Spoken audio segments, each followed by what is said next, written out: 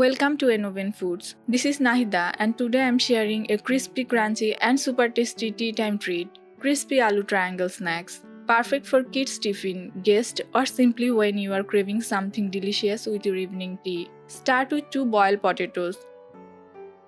Mash them well until smooth. Make sure the potatoes are not too wet after boiling to avoid sogginess. Triangle snacks are fun shape loved by both kids and adults. This recipe is completely vegetarian and super budget friendly.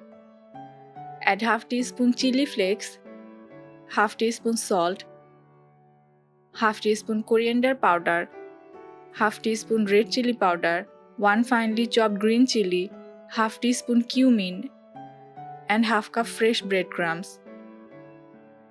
Add some fresh coriander leaves for aroma. Mix everything together.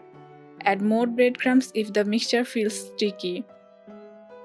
Aloo snacks are famous across South Asia and different forms. Now add 2 tablespoons of corn flour to help bind the mixture. Mix well again until it forms a soft dough.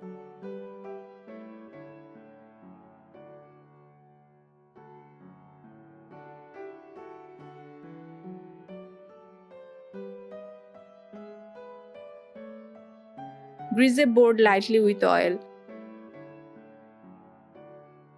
Place the mixture on the board. Roll it out evenly using your hands or a rolling pin.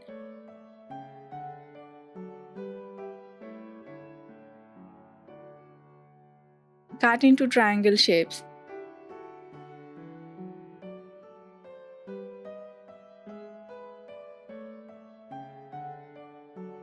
You can freeze the shaped triangles and fry them later.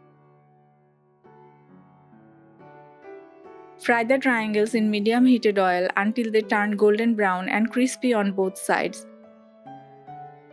Use medium heat for even cooking and crisp texture. You can also air fry or bake them for a healthier version.